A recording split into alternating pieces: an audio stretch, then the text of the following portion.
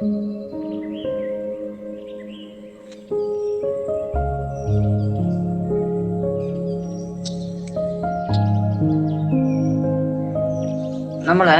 ഇനി നോക്കാൻ പോകുന്ന പോർഷൻ എന്ന് പറയുന്നത് ഏതാണെന്ന് അറിയാലോ?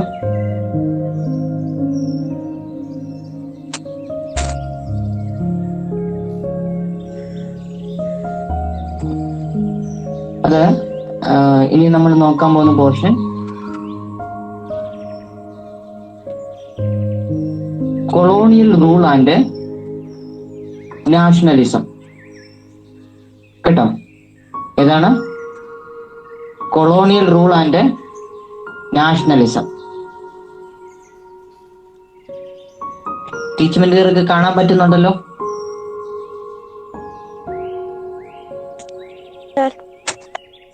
Okay. So colonial rule and nationalism. The British colonialists realized the fact that and in depth understanding of the socio-cultural life of the Indians was essential to strengthen their rule. They learned about Indian society from the works in Sanskrit and Persian and them. They established several institutions to study more about India. ഇത് ഞാൻ അനീറ്റയൊക്കെ ഇരുന്ന ക്ലാസ്സിൽ എടുത്തതാണ്. അതേപോലെ തന്നെ നമ്മുടെ മലയാളം മീഡിയത്തിന്റെ room 1 എടുത്തതാണ്. അപ്പം ബാക്കി ക്ലാസ്സിലൊന്നും ഇത് എടുക്കാഞ്ഞതുകൊണ്ടാണ് വീണ്ടും ഒന്നുകൂടി എടുക്കേണ്ടി വരുന്നത്. To interfere in Indian education system and to train their own officers. Some of these institutions are called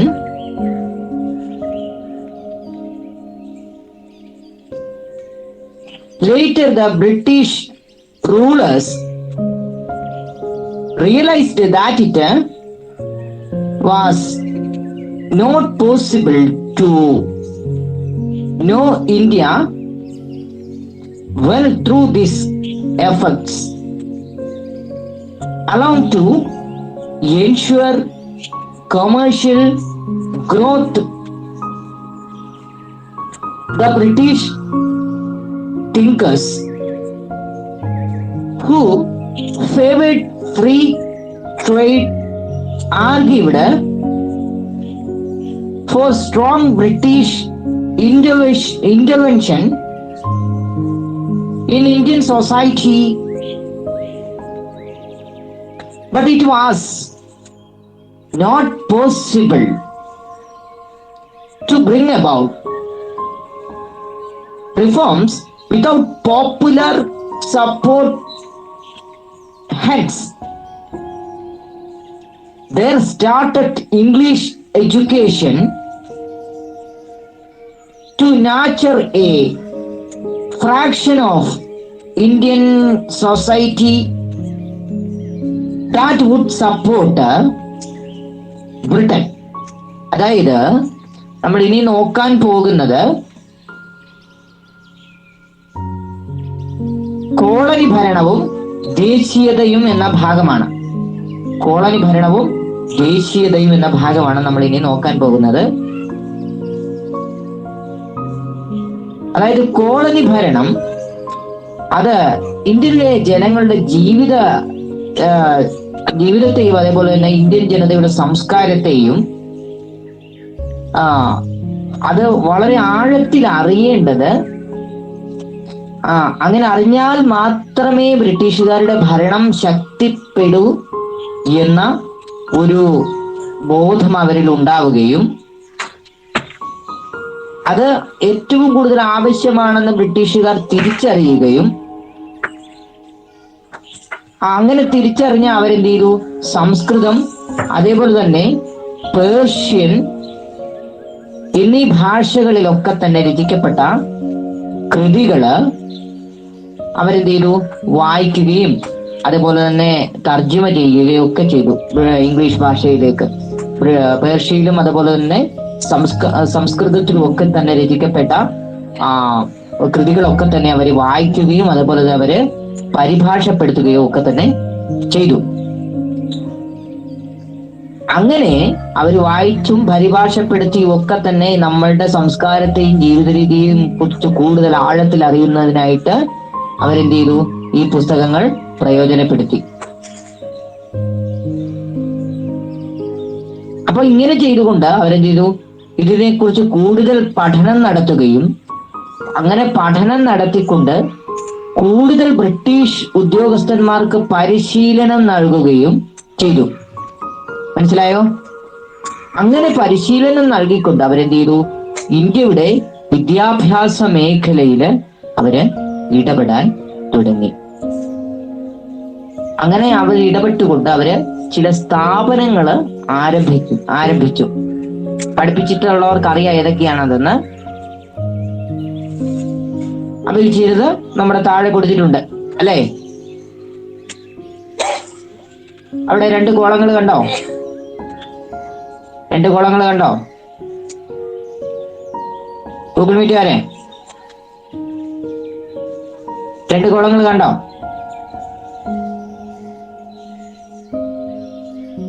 ടീച്ചറിന്റെ കണ്ടോ? 2 കോളങ്ങൾ കണ്ടോ അവിടെ? കണ്ടോ?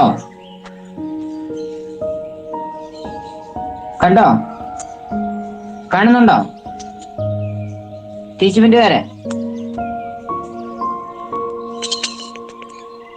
കണ്ടോ പിള്ളേരെ?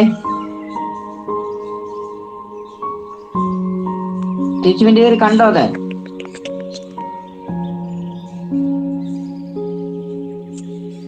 നിങ്ങൾക്ക് ഞാൻ പറയുന്നത് കേൾക്കാൻ പറ്റുന്നുണ്ടോ? ഉണ്ടോ? കേൾക്കാൻ പറ്റുന്നുണ്ടോ പിള്ളേരെ? ഗൂഗിൾ മീറ്റ് വരാം. Okay.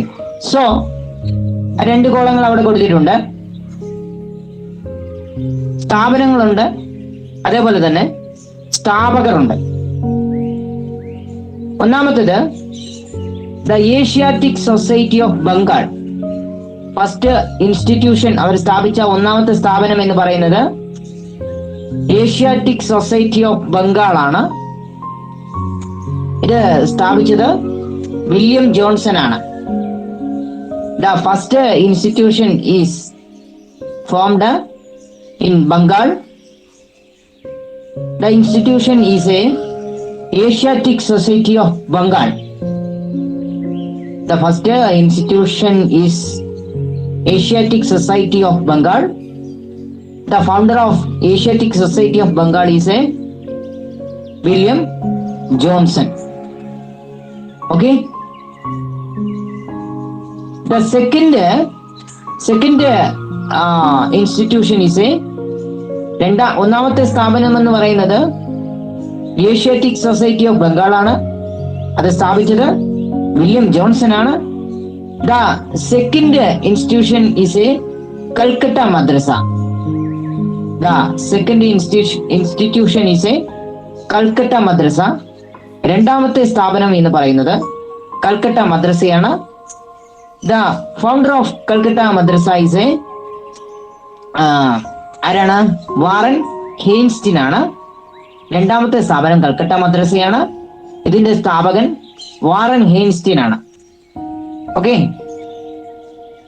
The third institution is a Banaras Sanskritik college ആണ്.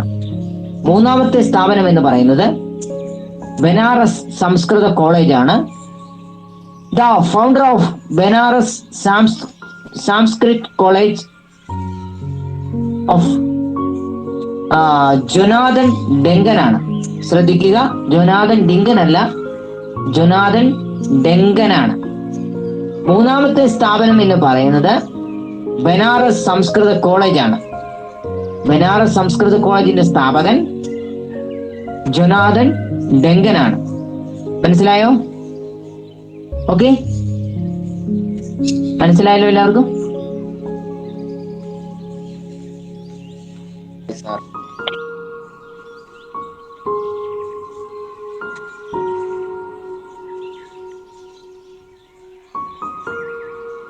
Okay,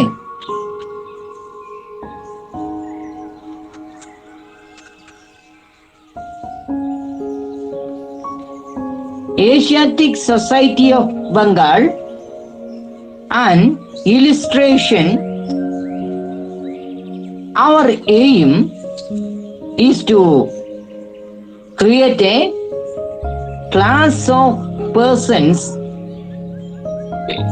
Indians in blood and color, but English in taste, is opinions, in manners and in intellect. Lord Macaulay, this is the statement made by Lord Macaulay when English education was introduced in India. In 1835,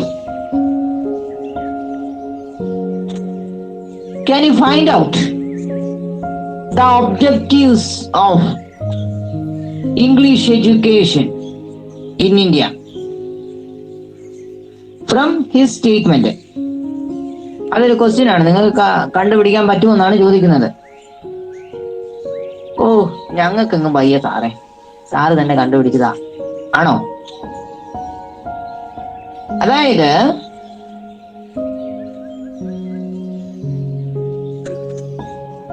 എന്നാല് ഇത്തരം സ്ഥാപനങ്ങൾ ഉണ്ടാക്കുന്നത് കൊണ്ട് മാത്രം ഇന്ത്യയെ തിരിച്ചറിയാനാവില്ലെന്ന് അവര് മനസ്സിലാക്കുകയും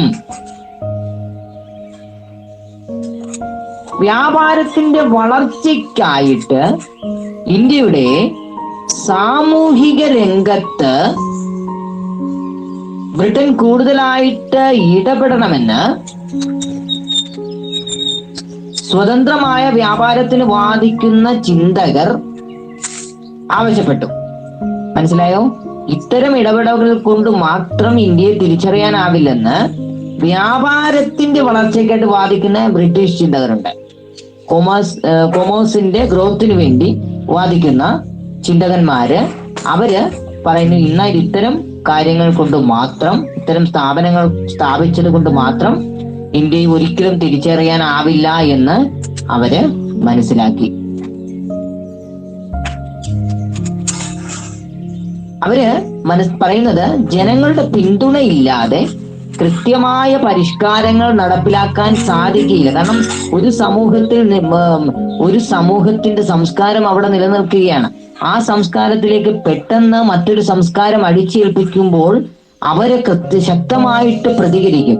അതിന് പകരമായിട്ട് ഇവര് ചെയ്യണമെന്ന് ആ ചിന്തകന്മാര് പറയുന്നത്, അതിലൊരു വിഭാഗത്തെ അടർത്തിയെടുത്ത് തങ്ങളുടെ കൂടെ നിർത്തിക്കൊണ്ട് ഇത്തരത്തിലുള്ള പരിഷ്കരണങ്ങൾ നടപ്പിലാക്കുമ്പോൾ ആ വിഭാഗത്തിന്റെയെങ്കിലും പിന്തുണ ലഭിച്ചാൽ മറ്റേ വിഭാഗം വലിയ പ്രശ്നം ഉണ്ടാക്കിയാലും വലിയ കാര്യം വരുന്നില്ല എന്നാണ് അവരുടെ ഒരു വാദഗതി.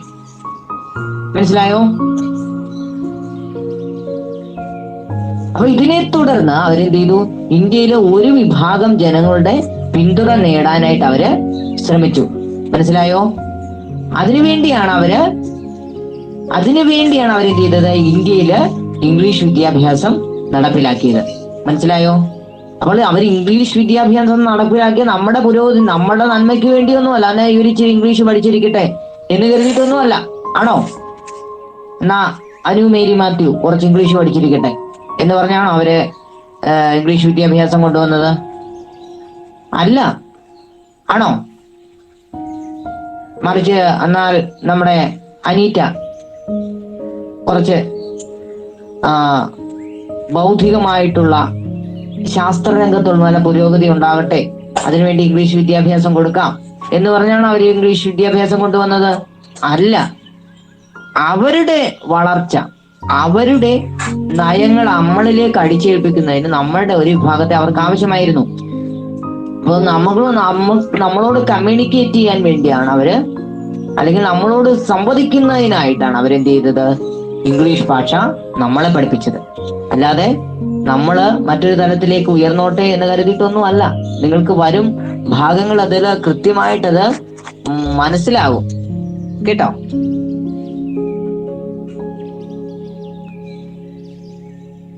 അവിടെ നിങ്ങൾ നോക്കുക, അവിടെ ഏഷ്യാറ്റിക് സൊസൈറ്റി ഓഫ് ബംഗാളിന്റെ ഒരു പടം കൊടുത്തിട്ടുണ്ടാവും, ഉണ്ടോ? അല്ലേ? അതായത്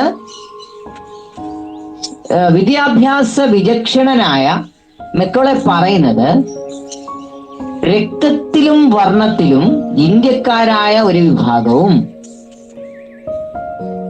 അതേപോലെ തന്നെ അഭിരുചി മീൻസ്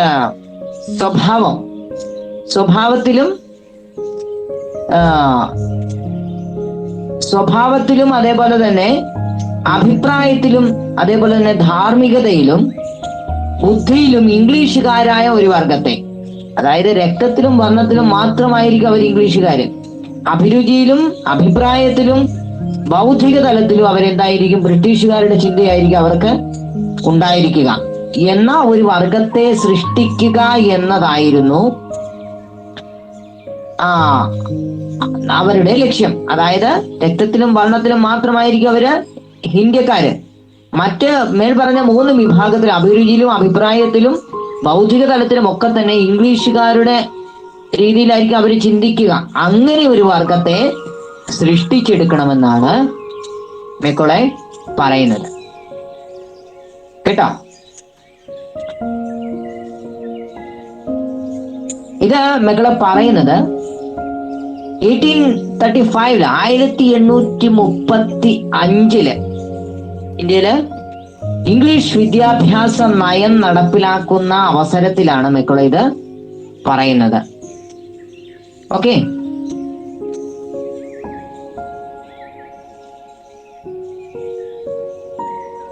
അപ്പോൾ ഈ ഒരു കാര്യം കേട്ടതോടുകൂടി നിങ്ങൾക്ക് ഏകദേശം ഒരു ധാരണ കിട്ടിക്കാണും എന്തിനു വേണ്ടിയാണ് ഇവര് ഇംഗ്ലീഷ് വിദ്യാഭ്യാസം ഇന്ത്യയിൽ നടപ്പിലാക്കിയത് എന്ന്. കണ്ടെത്താൻ കഴിയുന്നവർ കണ്ടെത്തുക. ഓക്കെ.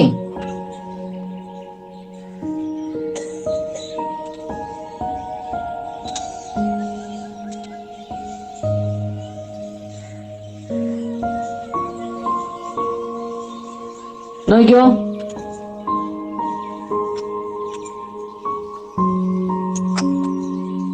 by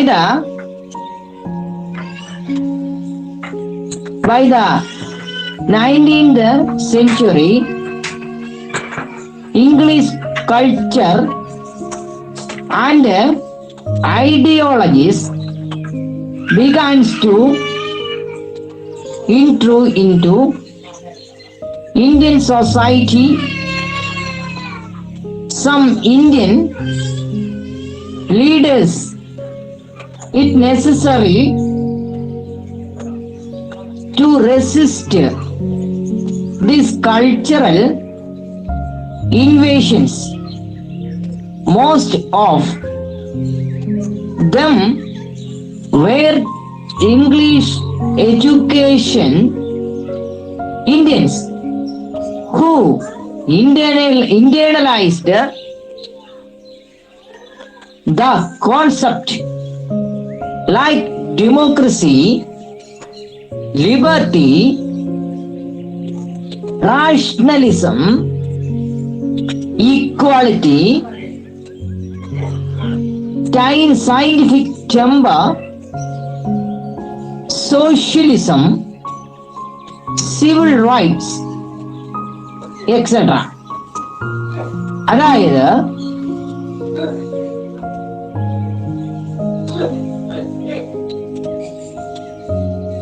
ഏതാണ്ട് 19-ാം നൂറ്റാണ്ടോട് കൂടി ഇംഗ്ലീഷുകാരുടെ സംസ്കാരവും അതേപോലെ തന്നെ ആശയങ്ങളും, എത്രാം നൂറ്റാണ്ടിലാണ്? 19-ാം നൂറ്റാണ്ടിൽ ഇംഗ്ലീഷുകാരുടെ സംസ്കാരവും ആശയങ്ങളും എന്ത് ചെയ്തു? ഈ ഇന്ത്യക്കാരുടെ മനസ്സിലേക്ക് അല്ലെങ്കിൽ ഇന്ത്യക്കാരിലേക്ക് കുത്തി നിറച്ചു.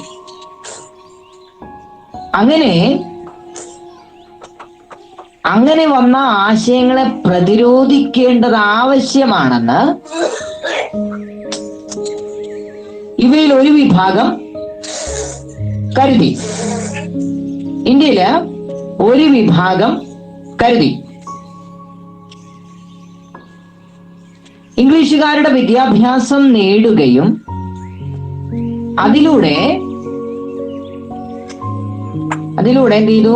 ജനാധിപത്യം, സ്വാതന്ത്ര്യം, യുക്തിചിന്ത, തുല്യനീതി, ശാസ്ത്രബോധം, സോഷ്യലിസം, പൗരാവകാശങ്ങള് എന്നീ കാര്യങ്ങളെ കുറിച്ച് ബോധവാന്മാരായി ചില ആളുകൾ. അങ്ങനെ ബോധവാന്മാരായ ആളുകളാണ് ഇങ്ങനെ ഇത്തരത്തിലുള്ള ചിന്തകൾ ചിന്തിച്ചവരിൽ ഭൂരിഭാഗം ആളുകളും. അവരെന്ത് ചെയ്തു? ഇത്തരം ആശയങ്ങള് അവര് മനസ്സിലാക്കുകയും അതേപോലെ തന്നെ അവരെന്ത് ചെയ്തു? ഇത്തരത്തിലുള്ള ചിന്തകൾ നടത്തുകയും അവരാണ് പിന്നീട് ഇന്ത്യയിൽ നിലനിന്നിരുന്ന അനാചാരങ്ങളെ എതിർക്കാനായിട്ട് മുന്നോട്ട് വന്നവര്. മനസ്സിലായോ? ഇത്തരത്തിലുള്ള അനാചാരങ്ങളെയും അനുഷ്ഠാനങ്ങളെ ഒക്കെ തന്നെ പരിഷ്കരിക്കാനായിട്ട് ഇവരാണ് മുന്നോട്ട് വന്നത്. അങ്ങനെ ഇത്തരത്തിൽ പരിഷ്കരണങ്ങൾ നടത്തിക്കൊണ്ട് അവയുടെ സഹായത്തോടുകൂടി പാശ്ചാത്യ സംസ്കാരം ഇന്ത്യയിൽ കടന്നു വരാതിരിക്കാനാണ് അവര് ശ്രമിച്ചത്. മനസ്സിലായോ? They wanted to reform the social customs and rituals. അതായത് സാമൂഹിക അനാചാരങ്ങളെയും അതേപോലെ തന്നെ സാമൂഹിക വ്യവസ്ഥിതിയൊക്കെ തന്നെ എന്ത് ചെയ്തു? എതിർക്കാനായിട്ട് അവര് മുന്നോട്ട് വന്നു. Prevailed in the country, they tried to defend the invasions of English culture. They tried to reform Indian society, language, art and literature. It motivated to protest against inequalities and violations of rights and created a sense of unity among the people. Did the British ruler lead to the growth of Indians nationalism? Evaluate scientific societies. In the 19th century, many scientific societies were formed in India for the translated science books, holding discussions and popularizing scientific timber.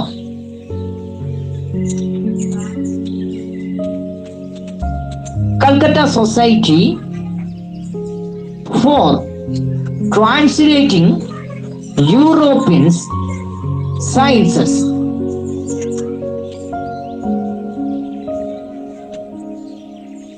1838,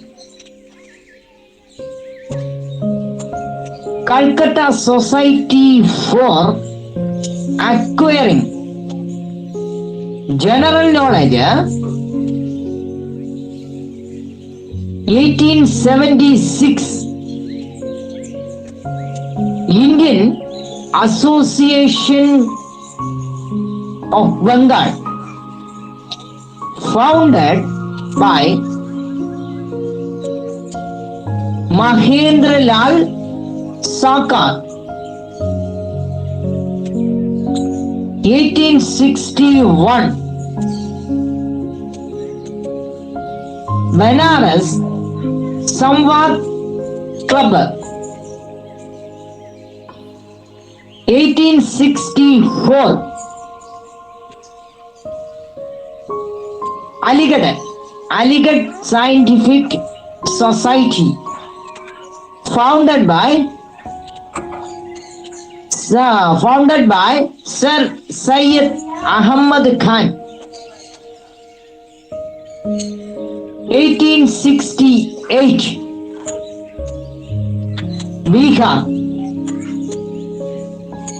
Bihar Scientific Society.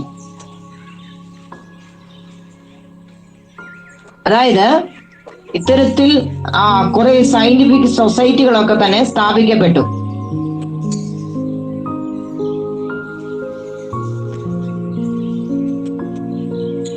അപ്പോൾ ഇത്തരത്തിലുള്ള കടന്നുകയറ്റത്തെ ചെറുക്കാനായിട്ട് അവർ Indian ഭാഷ, കലയുണ്ടായിരുന്നു, സാഹിത്യം തുടങ്ങി ഇവയെല്ലാം തന്നെ നവീകരിച്ചു. Indian ഭാഷ, അതേപോലെ തന്നെ ഇന്ത്യൻ ആർട്ട് ആൻഡ് ലിറ്ററേച്ചർ, കലയും സാഹിത്യവും ഒക്കെ തന്നെ, ഭാഷ എന്നിവയെല്ലാം അവര് പരിഷ്കരിച്ചു. അപ്പൊ അത് ഇന്ത്യൻ സമൂഹത്തിൽ നിലനിന്നിരുന്ന അസമത്വങ്ങളെയും അതേപോലെ തന്നെ അവകാശ നിഷേധങ്ങളെയും ചെറുക്കാനായിട്ട് എന്ത് ചെയ്തു? അതിലൂടെ ഇന്ത്യൻ ജനതയെ നവീകരിക്കാനായിട്ടൊക്കെ തന്നെ അതിലൂടെ ശ്രമിച്ചു. അതേപോലെ തന്നെ സയന്റിഫിക് സൊസൈറ്റികൾ 19ാം നൂറ്റാണ്ടില് ശാസ്ത്ര ഗ്രന്ഥങ്ങള് പരിഭാഷപ്പെടുത്താനും അതേപോലെ തന്നെ ശാസ്ത്രബോധം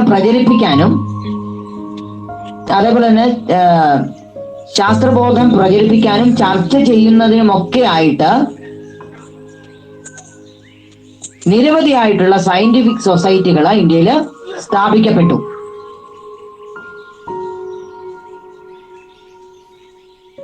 യൂറോപ്യൻ ശാസ്ത്രങ്ങൾ പരിഭാഷപ്പെടുത്തുന്നതിനുള്ള സൊസൈറ്റി, ഇതിന്റെ ആസ്ഥാനം എന്ന് പറയുന്നത് കൽക്കട്ടയാണ്. ഇത് തുടങ്ങിയത് 1825 യൂറോപ്യൻ ശാസ്ത്രങ്ങള് പരിഭാഷപ്പെടുത്തുന്നതിനായിട്ടുള്ള സൊസൈറ്റി കൽക്കട്ടയിലാണ് ഇത് സ്ഥാപിച്ചത്. ഇതിന്റെ ആസ്ഥാനം 1825 1825 കേട്ടോ. അതേപോലെ തന്നെ 1838 പൊതുവിവരങ്ങൾ അറിയുന്നതിനായിട്ട് സ്ഥാപിച്ച ജനറൽ നോളജ് അറിയുന്നതിനായിട്ട് സ്ഥാപിച്ചിട്ടുള്ള സയന്റിഫിക് സൊസൈറ്റിയാണ് 1838 കൽക്കട്ടയിൽ ആരംഭിച്ചത്. അതേപോലെ തന്നെ മഹേന്ദ്രലാൽ സർക്കാർ സ്ഥാപിച്ച ഇന്ത്യൻ അസോസിയേഷൻ, മഹേന്ദ്രലാൽ സർക്കാർ സ്ഥാപിച്ചിട്ടുള്ള ഇന്ത്യൻ അസോസിയേഷൻ, ഇത് സ്ഥാപിച്ചത് ബംഗാളിലാണ് 1876 ഇത് സ്ഥാപിച്ചിട്ടുള്ളത്. അടുത്തത് ബനാറസ് സംവാദ് ക്ലബാണ്. ബനാറസ് സംവാദ് ക്ലബ് 1861 ബനാറസ് സംവാദ് ക്ലബ് സ്ഥാപിച്ചത്. സർ സയ്യദ് അഹമ്മദ് ഖാൻ സ്ഥാപിച്ച Aligarh scientific society. Sir Syed Ahmad Khan സ്ഥാപിച്ച അലിഗഡ് സയന്റിഫിക് സൊസൈറ്റി 1864. നിങ്ങൾക്കറിയാം അലിഗഡ് സർ സയ്യദ് അഹമ്മദ് ഖാൻ സ്ഥാപിച്ച മറ്റൊരു സ്ഥാപനം നമ്മൾ പഠിച്ചിട്ടുണ്ട്. ഏതാണെന്ന് അറിയാമല്ലോ. ഇന്നലെ ക്ലാസ്സിൽ ഉണ്ടായിരുന്നവർക്കറിയാം.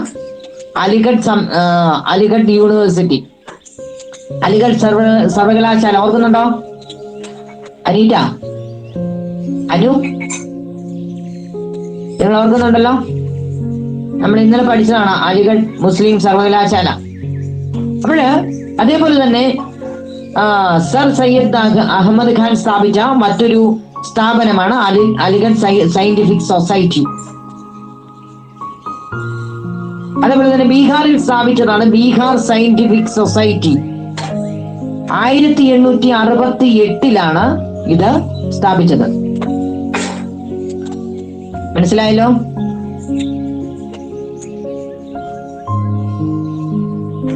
അപ്പോൾ ഇത്രയുമാണ് scientific സൊസൈറ്റികൾ.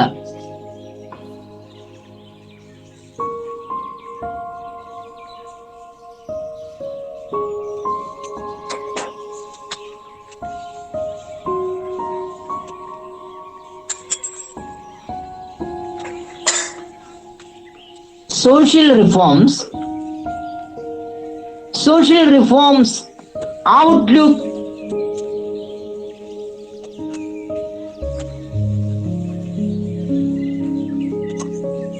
Passion for modernization and rationalism merged in Indian society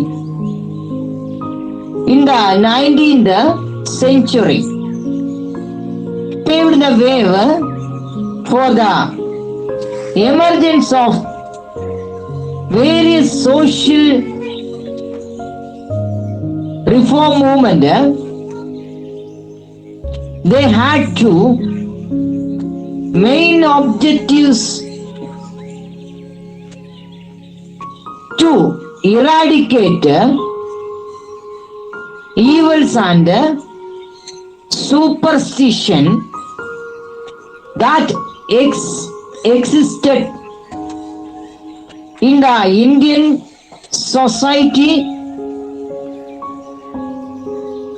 to ensure equal civil rights, to education, travel and dress code. The socio-economic situations in India was not favorable to achieve these goals. So the reformers aimed at bringing about fundamental changes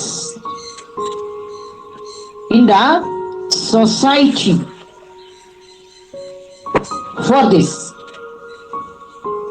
they advanced the following proposals: eradicate caste system, protect the right of all, eliminate discrimination against women, provide education to all, promote widow remarriage,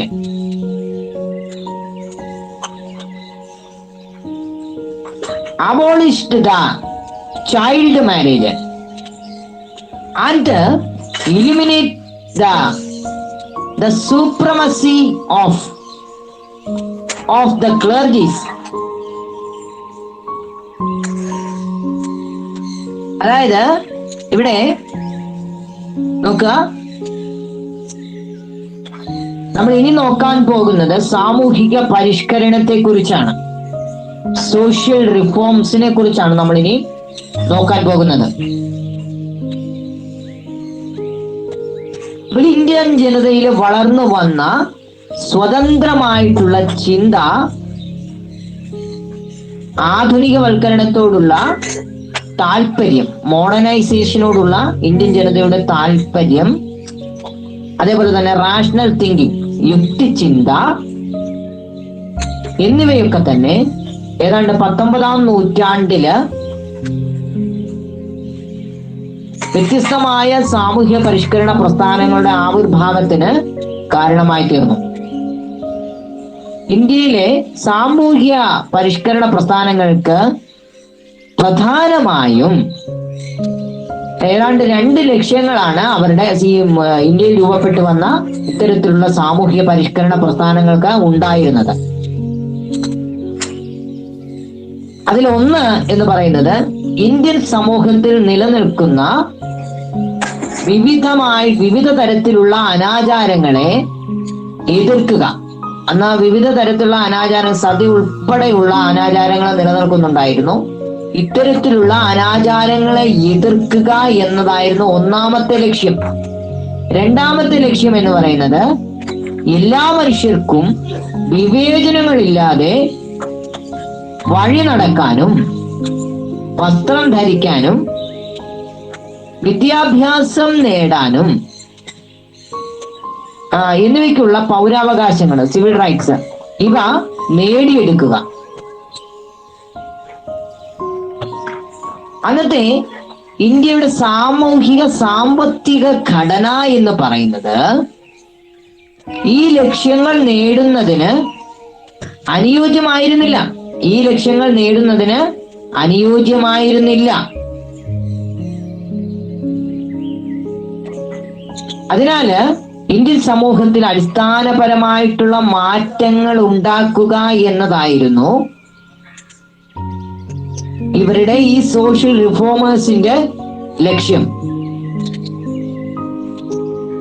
അതിനായിട്ട് അവർ ചില ആവശ്യങ്ങൾ മുന്നോട്ട് വെച്ചു. അതിനായിട്ട് അവർ മുന്നോട്ട് വെച്ച ആവശ്യങ്ങളാണ് ഇനി താഴെ പറയുന്നത്.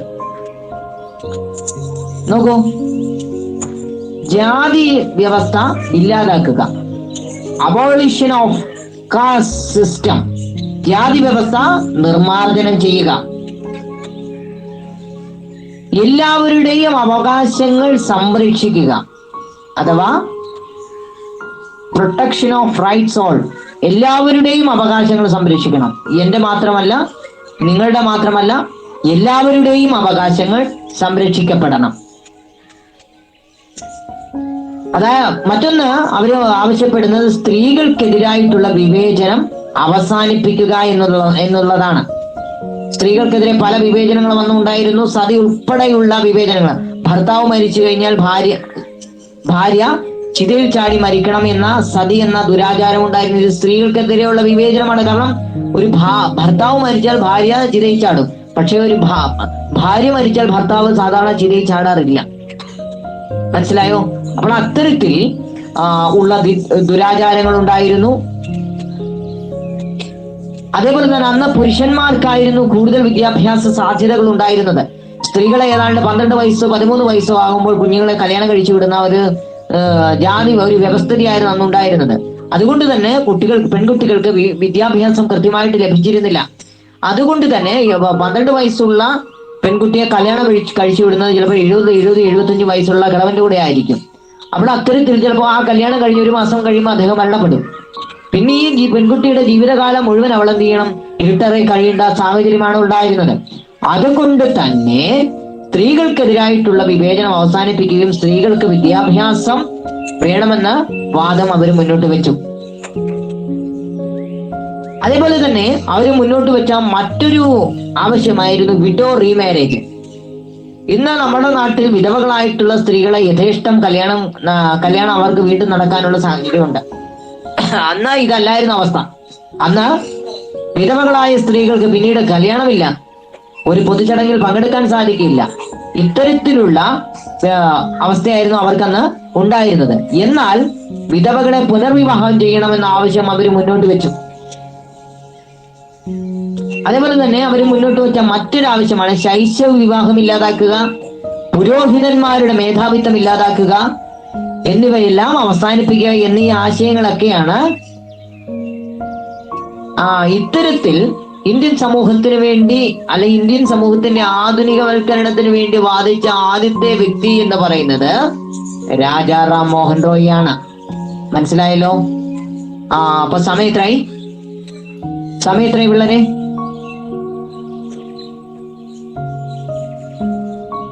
സമയത്രായി?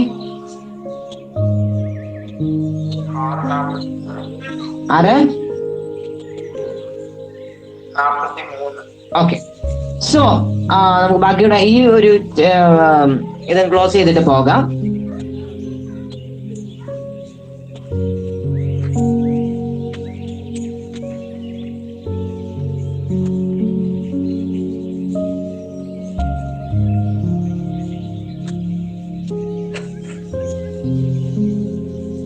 അപ്പൊ നോക്കിയേ, Raja Ram Mohan Roy was the pioneer among the social reformers who strived for the modernization of Indian society. He opposed caste system and sati. Social evils prevailed in Indian society and established the Brahma Samaj in Bengal. ഈ ബ്രഹ്മസമാജത്തിന്റെ ആദ്യത്തെ പേരെന്ന് പറയുന്നത് ഞാൻ ഇന്നലെ പഠിപ്പിച്ചിട്ടുള്ളവർക്ക് അറിയാം, ബ്രഹ്മസഭ എന്നാണ്. ഇത് 1829 They established Brahma Samaj is 1828 The Brahma Samaj first name എന്ന് പറയുന്നത്, അതിന്റെ ആദ്യത്തെ പേരെന്ന് പറയുന്നത് ബ്രഹ്മസഭ എന്നായിരുന്നു. അതാ പിന്നീട് ബ്രഹ്മസമാജമായിട്ട് മാറിയത്. 1828 ഇത് സ്ഥാപിക്കപ്പെട്ടിട്ടുള്ളത്. They established Brahma Sabha in 1828 sati ഇതിന്റെ പ്രവർത്തന ഫലമായിട്ടാണ് 1829 നിർത്തലാക്കി. Abolition of sati 1829. He propagated the idea of a unified Indian society in the place of a society fragmented over caste lines. This idea prompted patriotism among the people. Thus, the concept of a unified nations became one of the objectives of social reform. To improve the status of women, he advocated for the rights of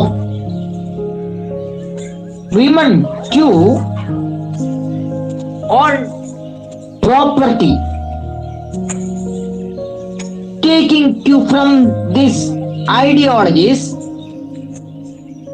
many leaders from various parts of India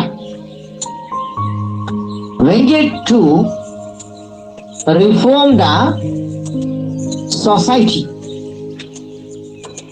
In Bengal, Ishwara Chandra Vidyasagar argued for remarriage of widows അതായത് ശ്രദ്ധിക്കുക, ബംഗാളിലാണ് സാമൂഹ്യ പരിഷ്കരണത്തിന് വേണ്ടി ആദ്യത്തെ ശബ്ദമുയർന്നത്. ബംഗാളിലെ സാമൂഹ്യ പരിഷ്കർത്താവെന്ന് അറിയപ്പെടുന്ന, ബംഗാളിൽ നിന്നാണ് പരിഷ്കരണത്തിന്റെ ആദ്യ ചുവടുവെപ്പ് നടന്നിട്ടുള്ളത്. ഇതിനുവേണ്ടി വാദമുയർത്തിയ ആദ്യത്തെ മനുഷ്യൻ എന്ന് പറയുന്നത് ബംഗാളുകാരനായിട്ടുള്ള രാജാറാം മോഹൻ റോയ് ആണ്. അദ്ദേഹത്തിന്റെ ഒരു ചിത്രം അവിടെ കൊടുത്തിട്ടുണ്ട്, രാജാറാം മോഹൻ റോയിയുടെ. അദ്ദേഹം ജാതി വ്യവസ്ഥ, അതേപോലെ തന്നെ സതി എന്ന ദുരാചാരത്തെയും ശക്തമായിട്ട് എതിർത്തു. എന്നിവ എതിർക്കുകയും അദ്ദേഹം എന്ത് ചെയ്തു? ബംഗാളിൽ ബ്രഹ്മസമാജം എന്ന പ്രസ്ഥാനം ആരംഭിക്കുകയും ചെയ്തു. അദ്ദേഹം അന്ന് ഇന്ത്യ വിവിധ ജാതി സമൂഹങ്ങളായിട്ട് വിഭജിച്ച് കിടക്കുകയായിരുന്നു. ആ ജാതി സമൂഹത്തിന്റെ സ്ഥാനത്ത് ഒരൊറ്റ ഇന്ത്യൻ സമൂഹം എന്ന ആശയം പ്രചരിപ്പിക്കാനാണ് അദ്ദേഹം ശ്രമിച്ചത്. ഒരൊറ്റ ഇന്ത്യൻ സമൂഹം എന്ന ആശയം പ്രചരിപ്പിക്കാനാണ് അദ്ദേഹം ശ്രമിച്ചത്. ഇത് ഇന്ത്യക്കാരായ ജനങ്ങളിൽ രാജ്യസ്നേഹം വളർത്താനായിട്ട് കൂടുതൽ ശക്തി പകർന്നു അദ്ദേഹത്തിന്റെ ഈ ആശയം. അങ്ങനെ രാഷ്ട്രത്തിന്റെ ഐക്യം, സാമൂഹ്യ പരിഷ്കരണം, രാഷ്ട്രത്തിന്റെ പരിഷ്കരണം, ഇത് സാമൂഹ്യ പരിഷ്കരണത്തിന്റെ ഒരു പ്രധാനപ്പെട്ട ലക്ഷ്യമായിട്ട് മാറുകയാണ് ഉണ്ടായത്. സ്ത്രീകളുടെ പദവി ഉയർത്തുന്നതിനായിട്ട് അവർക്ക് സ്വത്തിന് മേൽ അവകാശം നൽകണമെന്ന് അദ്ദേഹം ആവശ്യപ്പെട്ടു. അക്കാലത്ത് ഞാൻ ഇന്നലെ പഠിപ്പിച്ചിട്ടുള്ളപ്പോൾ ഞാൻ നിങ്ങളോട് പഠിപ്പിച്ച ക്ലാസ്സിൽ പറഞ്ഞിട്ടുണ്ട്, സ്ത്രീകൾക്ക് പണ്ട് സ്വത്തിന് യാതൊരു അവകാശവും ഉണ്ടായിരുന്നില്ല. ആ അവകാശം ഇല്ലാതിരിക്കുന്ന അവസരത്തിൽ അദ്ദേഹം വാദിച്ചു സ്വത്തവകാശം വേണമെന്ന് സ്ത്രീകൾക്ക്. ഇതിനെ തുടർന്നാണ് ഇന്ത്യയുടെ വിവിധ ഭാഗങ്ങളിൽ വിവിധ ആളുകൾ സാമൂഹ്യ പരിഷ്കരണത്തിന് വേണ്ടി വാദം ഉയർത്തിയത്, മുന്നോട്ട് വന്നത്. അപ്പോൾ ബാക്കി അടുത്ത ക്ലാസ്സിൽ പഠിപ്പിക്കാം. പിന്നെ പാർട്ട് 1 പുസ്തകം നിങ്ങൾ എടുത്തോണം. ഇതിന്റെ പാർട്ട് 2 പുസ്തകം എടുക്കണം. ഇത് ലാസ്റ്റ് ചാപ്റ്റർ ആണ് ഇതിനകത്തെ. അതുകൊണ്ട് 2 മീഡിയംകാരും ഇതിന്റെ പുസ്തകം നിർബന്ധമായിട്ടും എടുക്കണം. പാർട്ട് 2 6ാമത്തെ ചാപ്റ്റർ അടങ്ങുന്ന പുസ്തകം ഇന്ന് വരുമ്പോൾ കൊണ്ടുവരണം. നമുക്ക് ഈ ഓൺലൈൻ ഒരു ക്ലാസ് ടീച്ചർ എടുക്കുന്ന പോലെ തന്നെ ഓൺലൈൻ ഓർണോ ഓഫ്ലൈൻ ഓർണോ എടുത്തെങ്കിൽ മാത്രമേ ഇത് മുന്നോട്ട് പോകത്തുള്ളൂ. അല്ലെങ്കിൽ രണ്ടും എനിക്കും ഒന്നും ആകത്തില്ല, നിങ്ങൾക്ക് പലപ്പോഴും എവിടെയൊക്കെയാണ് പഠിപ്പിക്കുന്നത് എനിക്കും മനസ്സിലാകത്തില്ല, നിങ്ങൾക്കും മനസ്സിലാകത്തില്ല. അതുകൊണ്ട് ഓൺലൈൻ ഓർണോ ഓഫ്ലൈൻ ഓർണോ പോട്ടെ, ഇങ്ങനെ പോട്ടെ. ഇത് തീരുന്ന മുറയ്ക്ക് നമുക്ക് ഈ ചാപ്റ്റർ ഓൺലൈനിലേക്ക് മാറ്റാം. ഓക്കെ, അപ്പോൾ ഇന്ന് അറ്റൻഡ് ചെയ്തവര് ടീച്ച്മെന്റുകാര് ഒരാളെ ഒഴികെ ബാക്കിയുള്ളവർക്ക് പോകാം. ലിറ്റോ ലെഫ്റ്റ് ചെയ്തോ. അനീറ്റ ലെഫ്റ്റ് ചെയ്തോ. നമ്മളെ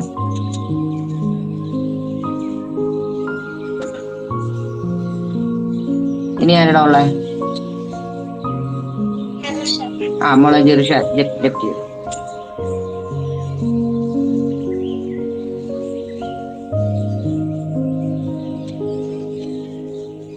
അപ്പോൾ ടീച്ചറിന്റെ വരെ നമുക്കും പോകാം. സ്കൂളിൽ കാണാം.